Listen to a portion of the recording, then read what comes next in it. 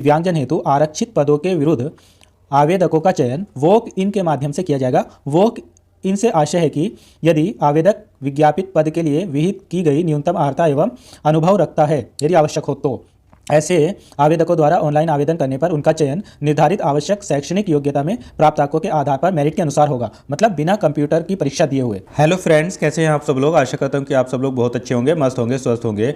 दोस्तों, जितने भी दिव्यांग भाई बहन हैं, आज मैं उन सबको नियमित वैकेंसी के बारे में बताने वाला हूँ जो सीधी भर्ती का विज्ञापन निकला हुआ है, वो भी कहाँ पर, मध्य प्रदेश में। और ऐसा नहीं कि यहाँ पर मध्य प्रदेश के ही दिव्यांग लोग या नॉर्मल लोग जो भी है वो ही अप्लाई कर पाएंगे, ऐसा नहीं है बिल्कुल भी। इसमें सभी स्टेट, जितने भी अलग अलग राज्यों के स्टूडेंट हैं, वो सभी यहाँ पर अप्लाई कर सकते हैं। दोस्तों, इस वैकेंसी के बारे में डिटेल में बताऊंगा, कितनी दिव्यांगों की पोस्ट है, किस पोस्ट पे अप्लाई कर सकते हैं। अगर आपने हाई स्कूल, इंटर, बीए और बीटेक वगैरह जो भी कर रखा है, आप सभी लोग एलिजिबल है, सभी लोग भर सकते हैं। आपको कंप्यूटर भी आना चाहिए। अलग अलग पोस्ट के लिए अलग अलग वैकेंसी ये निकली हुई है, तो इसमें सब कुछ आपको बताया जाएगा। स्पेशली दिव्यांग लोगों को बिल्कुल ये बताया जाएगा जो OH दिव्यांग कैटेगरी वाले हैं या VI कैटेगरी वाले हैं या HI वाले हैं या मल्टीपल डिसेबल्ड वाले हैं, जितने भी दिव्यांग हैं वो इसमें लगभग सभी अलग अलग पोस्ट के लिए सभी अप्लाई कर सकते हैं। तो इस वीडियो में आखिर तक आप बने रहेंगे तो इसमें डिटेल सब कुछ बता दूंगा, कुछ भी नहीं छोड़ूंगा। कब से फॉर्म फिल होना शुरू हो गए, सारा कुछ इसमें बताया जाएगा। बने रहिए मेरे साथ में इस वीडियो में। दोस्तों, आपसे एक रिक्वेस्ट है बस, अगर आपको वीडियो पसंद आया करे और आपको लगता है दिव्यांग भाई बहन जितने भी हैं उनको लगता है कि आप सबके लिए ये वीडियो हेल्पफुल है, तो आप थोड़ा सा एक काम कर दीजिए करिए कि इसको अलग अलग जितने भी आपका फ्रेंड सर्कल है दिव्यांग भाई बहनों का, उन तक ये वीडियो को ज़रूर शेयर कर दीजिए करिए और चैनल को भी सब्सक्राइब कर लीजिए करिए, क्योंकि जितनी भी दिव्यांगों से रिलेटेड वैकेंसियाँ होती है लगभग मैं सभी के बारे में अच्छे से बताता हूँ। बिल्कुल कैसे फॉर्म फिल करना है ये भी सब कुछ बहुत अच्छे से बताता हूँ, जिसमें अच्छे से समझ आ जाए, सभी दिव्यांगों को कोई भी दिक्कत ना हो। तो चलिए शुरू करते हैं हम लोग आज का वीडियो।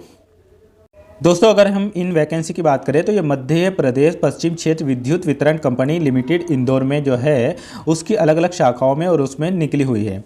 मध्य प्रदेश की विभिन्न विद्युत कंपनियों में नियमित पदों पर सीधी भर्ती हेतु विज्ञप्ति 2024-25।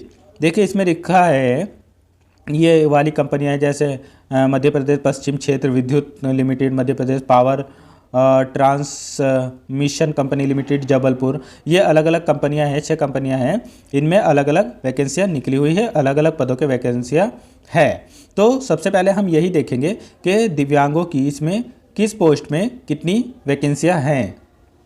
दोस्तों, वैसे तो ये टोटल वैकेंसी जो है वो 2573 है और दिव्यांगों की टोटल वैकेंसी की हम बात करें तो 173 दिव्यांगों की टोटल वैकेंसी है। अब इसमें देखिए सबसे पहले में अगर हम बात करें तो कार्यालय सहायक श्रेणी 3rd, यानी कि जो ऑफिस असिस्टेंट होते हैं ग्रेड 3rd की ये वैकेंसी है। इसमें टोटल पद 818 है। अब इसमें ये देख लेते हैं कि दिव्यांगों कितने हैं।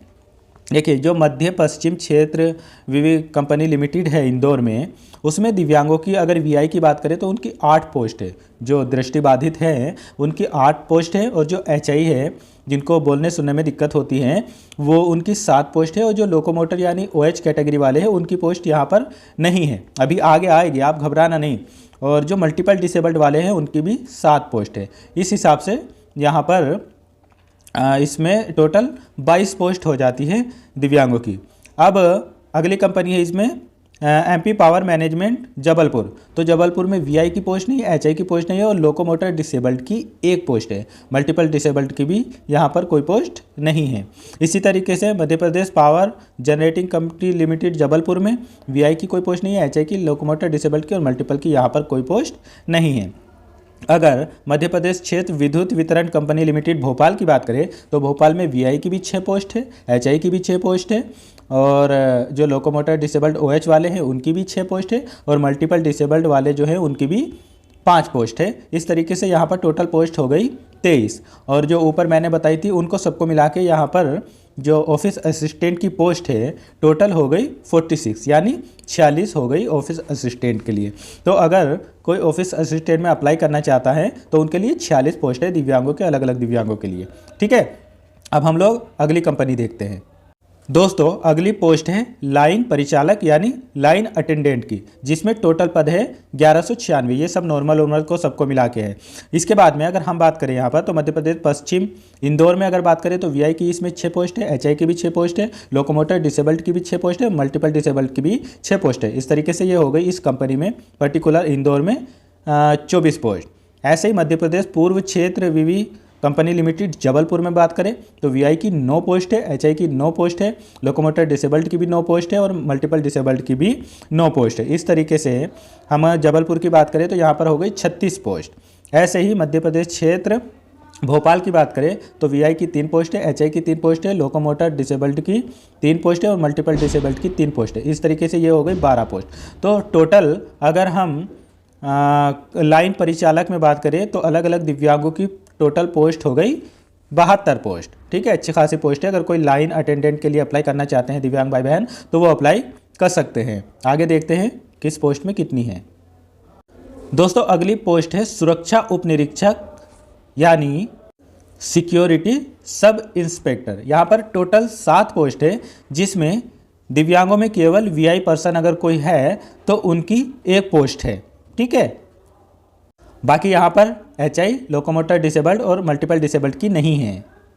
तो अगर कोई वीआई भाई इसमें सुरक्षा उप निरीक्षक यानी सिक्योरिटी इंस्पेक्टर में सब इंस्पेक्टर में अप्लाई करना चाहता है तो वो कर सकता है। शायद ये लो विज़न के लिए होगी।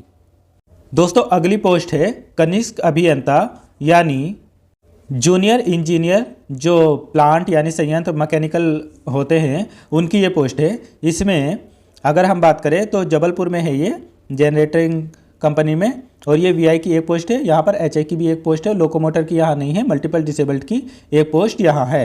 और टोटल पोस्ट यहाँ पर अगर हम जूनियर इंजीनियर की बात करें मैकेनिकल वालों की तो दिव्यांग की 3 पोस्ट है। दोस्तों अगली पोस्ट है जूनियर इंजीनियर, जो सिविल वाले होते हैं सिविल, तो उनमें दिव्यांगों में केवल एचआई की 1 पोस्ट है। बाकी वीआई और लोकोमोटर मल्टीपल डिसेबल्ड की यहाँ पर नहीं है, केवल एचआई की 1 पोस्ट है, वो भी जबलपुर में, जो मध्य Pradesh power generating company limited है जबलपुर, वहाँ पर 1 पोस्ट है। दोस्तों अगली पोस्ट है कनिष्क अभियंता यानी सहायक प्रबंधन, जो जूनियर इंजीनियर होते हैं, असिस्टेंट मैनेजर है ना, तो इनकी पोस्ट है। इसमें टोटल पोस्ट है 237, जिसमें दिव्यांगों की अगर इंदौर में बात करें, इंदौर वाली कंपनी में पश्चिम क्षेत्र वाली, तो इसमें वीआई की 6 पोस्ट है, एचआई की 4 पोस्ट है, लोकोमोटर डिसेबल्ड की नहीं है, मल्टीपल डिसेबल्ड की 2 पोस्ट है। इस तरीके से यहाँ पर 12 पोस्ट है जबलपुर में, इंदौर में। और अगली कंपनी है जबलपुर। जबलपुर में भी अगर हम बात करें तो वीआई की 1 पोस्ट है, एचआई की 1 पोस्ट है और यहाँ पर लोकोमोटर की भी 1 पोस्ट है, मल्टीपल डिसेबल्ड की नहीं है। टोटल यहाँ पर हो गई 3 पोस्ट। अगली जो मध्य प्रदेश पूर्व क्षेत्र विद्युत वितरण कंपनी लिमिटेड जबलपुर है, उसमें वीआई की 1 पोस्ट है, एचआई की 1 पोस्ट है, लोकोमोटर डिसेबल्ड की 2 पोस्ट है और मल्टीपल डिसेबल्ड की 1 पोस्ट है। टोटल यहाँ पर हो गई 5 पोस्ट। ऐसे ही आगे मध्य प्रदेश क्षेत्र विद्युत वितरण कंपनी लिमिटेड भोपाल में वीआई की 2 पोस्ट है, एचआई की 2 पोस्ट है, लोकोमोटर डिसेबल्ड की 1 पोस्ट है और मल्टीपल डिसेबल्ड की 1 पोस्ट है। ये हो गई टोटल 6 पोस्ट। ठीक है, इस तरीके से यहाँ पर अगर हम जूनियर इंजीनियर सहायक जो मतलब असिस्टेंट मैनेजर होते हैं उनकी बात करें तो टोटल पोस्ट अलग अलग दिव्यांगों की हो गई 26। तो अगर कोई इन पोस्ट के लिए अप्लाई करना चाहते हैं तो वो यहाँ पर अप्लाई कर सकते हैं।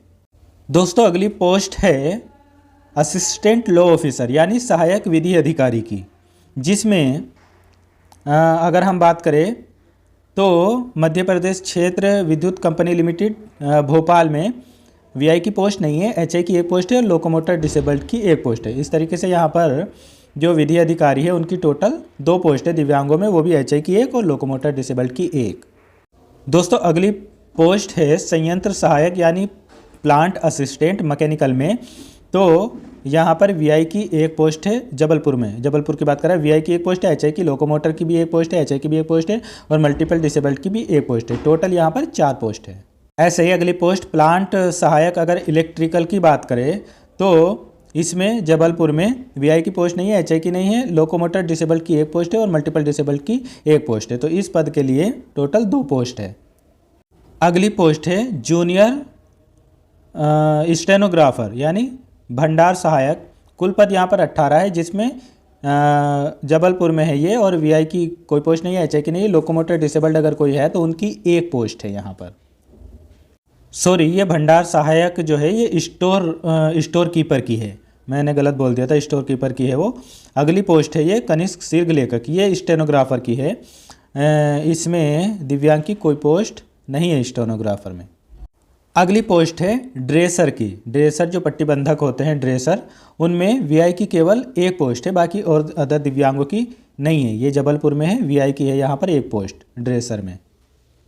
दोस्तों अगली पोस्ट है स्टाफ नर्स, इसमें वीआई की नहीं है, एचआई की एक पोस्ट है, बाकी अदर दिव्यांग की किसी की नहीं है, जबलपुर में है ये। अगली पोस्ट है लैब टेक्नीशियन, तो इसमें केवल लोकोमोटर डिसेबल्ड की एक पोस्ट है, बाकी और किसी दिव्यांग की नहीं है, ये भी जबलपुर वाली कंपनी में है।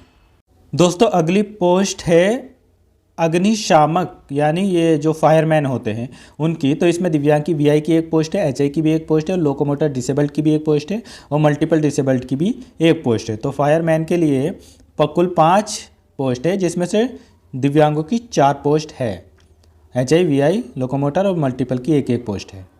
ये भी Madhya Pradesh power generating company limited Jabalpur में है। अगली पोस्ट सुरक्षा गार्ड की है, जिसमें मल्टीपल डिसेबल्ड की एक पोस्ट है, बाकी और किसी दिव्यांग की नहीं है, ये जबलपुर में। और इसके अलावा अगर जबलपुर की ही दूसरी कंपनी में बात करें तो वहाँ पर एचआई की एक पोस्ट है, बाकी अदर दिव्यांग की नहीं है। तो सिक्योरिटी गार्ड में दिव्यांगों की 2 पोस्ट है, जिसमें मल्टीपल डिसेबल्ड या एचआई अप्लाई कर सकते हैं। दोस्तों अगली पोस्ट है प्रोग्रामर। प्रोग्रामर में वीआई की भी एक पोस्ट है, एचआई की भी एक पोस्ट है, लोकोमोटर की भी एक पोस्ट है, और मल्टीपल डिसेबल्ड की भी एक पोस्ट है। टोटल इसमें 4 पोस्ट है दिव्यांगों की। अगली पोस्ट है सिविल ऑपरेटर ट्रेनी, यानी सिविल परिचारक प्रशिक्षु, तो इसमें वीआई की पोस्ट नहीं है, एचआई की एक पोस्ट है, लोकोमोटर डिसेबल्ड की एक पोस्ट है। यहाँ पर टोटल 2 पोस्ट है। दोस्तों इस तरीके से दिव्यांगों की अगर हम सभी पोस्टों में बात करें तो 173 टोटल पोस्ट हो जाती है। अब हम इसमें देख लेते हैं आपको क्वालिफिकेशन क्या चाहिए। बाकी यहाँ पर महत्वपूर्ण बिंदु लिखे हुए हैं, इनको देख लीजिए। देखिए संयंत्र सहायक संवर्ग हेतु केवल पुरुष उम्मीदवार आवेदन कर सकते हैं। बाकी कंपनी को पोस्ट घटाने बढ़ाने का अधिकार है, वो रद्द भी कर सकती है, वो उनके अपने ऊपर है। और इसमें ये दिया है कि दिव्यांगजनों हेतु चिन्हित रिक्तियाँ भी दर्शाई गई है।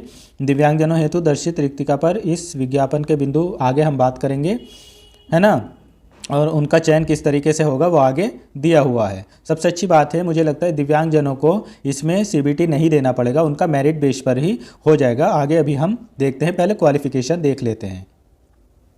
दोस्तों इसमें अगर हम क्वालिफिकेशन की बात करें तो जो सहायक कार्यालय सहायक यानी ऑफिस असिस्टेंट है, उसमें आपके पास में 12th होना चाहिए, और इसके अलावा आपको कंप्यूटर की परीक्षा उत्तीर्ण होना अनिवार्य है। या तो आपने यूजीसी द्वारा मान्यता प्राप्त विश्वविद्यालय से डिप्लोमा किया हो, इनमें से कोई जितने लिखे हैं इनमें से कोई एक होना चाहिए, या यूजीसी द्वारा मान्यता प्राप्त मुक्त विश्वविद्यालय से डिप्लोमा, या नीलिट यानी पूर्ववर्ती DOEACC से डिप्लोमा स्तर की कोई परीक्षा, या शासकीय पॉलिटेक्निक कॉलेज से आधुनिक कार्यालय प्रबंधन पाठ्यक्रम ये आपने किया हो, या NCVT नई दिल्ली या SCVT मध्य प्रदेश से कंप्यूटर ऑपरेटर और प्रोग्रामिंग असिस्टेंट में 1 वर्ष का पाठ्यक्रम आपने किया हो। इसके अलावा अगर किसी के पास BE, MCA या BCA या MSc ITCS या BSc ITCS या MTech या ME अगर इनमें से कोई है तो उनको भी इसमें कंसिडर किया जाएगा। अगर हम लाइनमैन की बात करें तो उसमें आपने हाई स्कूल किया हो, और इसके अलावा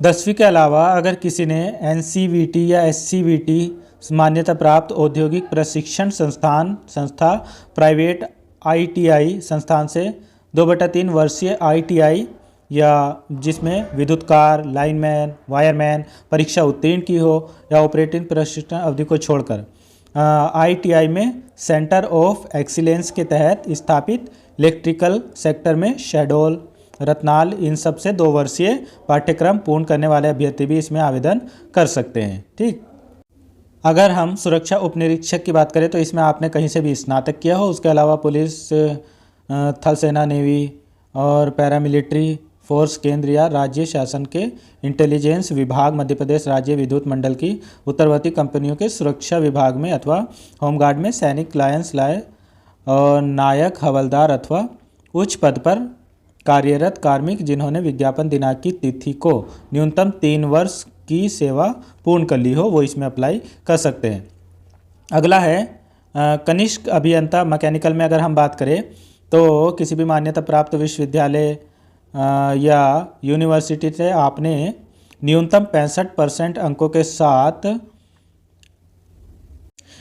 इसमें शब्द दिया है कि न्यूनतम 65 अंक समतुल्य CGPA पूर्ववर्ती मध्य प्रदेश राज्य विद्युत मंडल की उत्तरवर्ती कंपनियों में कार्यरत नियमित कार्मिक हेतु न्यूनतम 60% अंक, और मध्य प्रदेश के मूल निवासी अनुसूचित जाति अनुसूचित जनजाति आर्थिक रूप से कमजोर एवं दिव्यांग अभ्यर्थियों हेतु 55% अंक के साथ मैकेनिकल इंजीनियरिंग में नियमित आपने डिप्लोमा किया हो, आपको मतलब आपने मैकेनिकल इंजीनियर की हो और नियमित डिप्लोमा आपके पास में हो। ऐसे ही कनिष्क अभियंता संयंत्र में भी आपके पास में ये सारी दी है आपको, आपका जो डिप्लोमा होगा उसके हिसाब से आप देख लेना।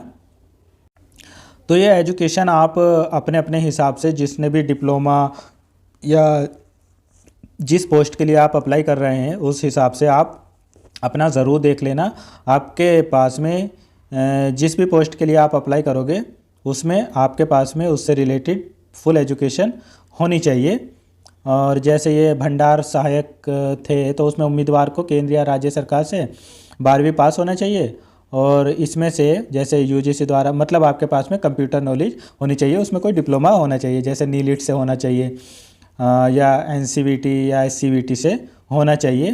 तो आप इन पदों के लिए देख लीजिए। जो कनिष्क शीर्घ लेखक मतलब जो स्टेनोग्राफर वाले हैं उनके पास में 12th होना चाहिए, और उनके पास में भी नीलिट वगैरह से डिप्लोमा इस तरह की परीक्षा का सर्टिफिकेट होना चाहिए।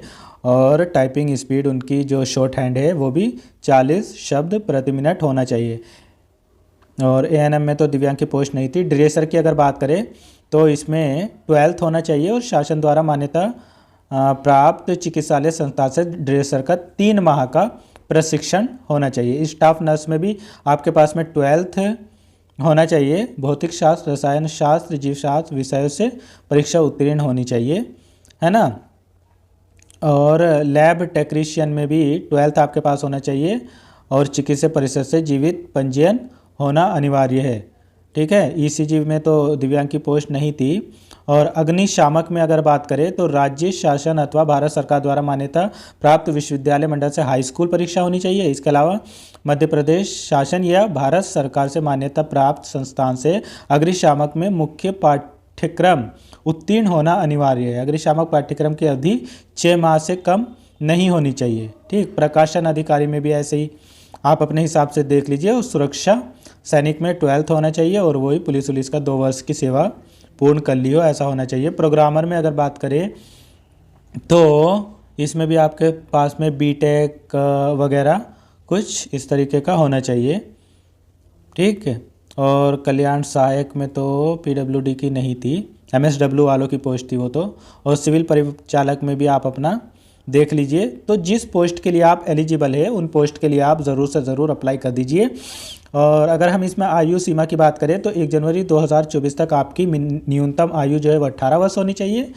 और मिनिमम इसमें दे रखा है कि पुरुष अगर अनारक्षित वर्ग या अन्य राज्य के अभ्यर्थी है तो उनकी 40 वर्ष होनी चाहिए अधिकतम। अगर मध्य प्रदेश के निवासी महिलाएं हैं तो उनकी 45 होनी चाहिए। और अगर दिव्यांग भाई बहन हैं कोई मध्य प्रदेश के तो उनकी भी 45 होनी चाहिए। और मध्य प्रदेश की महिला निवासी अगर कोई है तो उनकी भी 45 वर्ष होनी चाहिए। जो भी आरक्षण मिलेगा वो सब जो मध्य प्रदेश के मूल निवासी होंगे वो ही आरक्षण का लाभ उठा पाएंगे। बाकी अगर अदर स्टेट के कोई भी कैंडिडेट है वो अप्लाई करेंगे तो वो जनरल में वहाँ पर माने जाएंगे। इन पोस्ट पर चयन किस तरीके से होगा ये देख लीजिए। जो नॉर्मल भाई बहन है उनके अगर हम बात करें तो कंप्यूटर आधारित CBT होगा और 100 मार्क्स का होगा। एक प्रश्न जो होगा वो 1 मार्क्स का होगा और 100 ही क्वेश्चन आएंगे। और कंप्यूटर आधारित ये परीक्षा होगी और इसमें 25% लाना अनिवार्य है।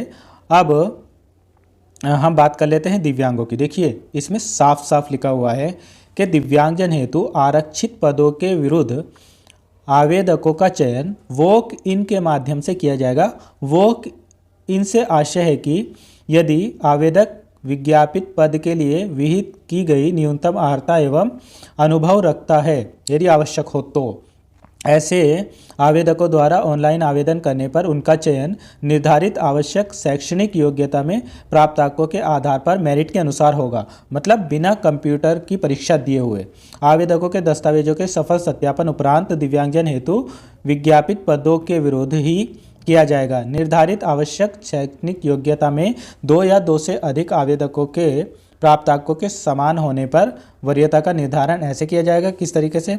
आयु देखी जाएगी, जिसकी ज़्यादा एज होगी उसको पहले वरीयता दी जाएगी, या फिर 10वीं के मार्क्स देखे जाएंगे, जिनके ज़्यादा हो गए उनको वरीयता दी जाएगी। इसमें यह बात और लिखी है कि दिव्यांगजन आवेदकों को सलाह दी जाती है कि वे कंप्यूटर आधारित परीक्षा यानी कंप्यूटर बेस्ड टेस्ट CBT में सम्मिलित होकर सामान्य भर्ती प्रक्रिया में भी भाग लें। लेकिन उनका होगा जो दिव्यांगों का वो मेरिट बेस पर भी होगा, लेकिन शायद मुझे ऐसा लगता है कि इसमें भाग लेना पड़ेगा। हो सकता वो ये हिसाब देखें कि कितने लोगों ने उपस्थिति दर्ज कराई है, इसमें साफ नहीं दिया है, बस इतनी बात लिखी है। पर ये ऊपर तो लिखा ही हुआ है कि दिव्यांगों का मेरिट बेस पर होगा, उनकी एकेडमिक मेरिट बनेगी, उसी से देखा जाएगा। बाकी जैसे अगर कहीं दौड़ वगैरह है किसी पोस्ट में तो उसमें दिव्यांगों को छूट दी जाएगी। ये फॉर्म फिल होना शुरू हो जाएंगे 24/12/2024 से, और इसकी लास्ट डेट जो रहेगी वो 23/1/2025 रहेगी, और जो करेक्शन वगैरह होगा वो 20/1/2025 से 25/1/2025 के बीच में सुधार कर सकते हैं। ठीक है। आवेदन शुल्क जमा करने की जो अंतिम तिथि रहेगी वो 23/1/2025 रहेगी और 24 तारीख से शुरू हो जाएंगी। देखिए, सबसे ज़्यादा दिक्कत इसमें यह है दिव्यांग भाई बहनों के लिए कि इसमें जो फ़ीस है वो फ़ीस बहुत लग रही है। जैसे अनारक्षित वर्ग के अगर UR कैंडिडेट है तो उनकी 1200 रुपये है। ठीक, मध्य प्रदेश के मूल निवासी, स्थानीय निवासी, अनुसूचित जाति, ST, अन्य पिछड़ा वर्ग, OBC, दिव्यांगजन है ना, और आर्थिक रूप से कमज़ोर के आवेदक हेतु उनकी 600 रुपये लग रही। लेकिन मुझे लगता है कि जो ये 600 रुपये है वो मध्य प्रदेश के ही जो दिव्यांग है उन्हीं की लगेगी। ये तो जब फॉर्म फिल होना शुरू होगा तभी पता चल पाएगा। अगर अदर स्टेट के दिव्यांग है वो जनरल में क्वालिफाइड करेंगे तो उनकी फ़ीस भी मुझे ऐसा ही लगता है कि फॉर्म फिल करते समय 1200 रुपये ही लगेगी। बस ये सबसे बड़ी दिक्कत है कि फ़ीस बहुत ज़्यादा मांगी गई है इसमें दिव्यांगों की भी। बाकी लगभग मैंने इसके बारे में सब कुछ आपको बता ही दिया। क्वालिफ़िकेशन आप अच्छे से देख लेना तभी अप्लाई करना। आशा करता हूँ कि वीडियो आपको अच्छी लगी होगी। अच्छी लगे तो लाइक शेयर ज़रूर कर देना और चैनल को सब्सक्राइब भी कर लेना। Thank you so much.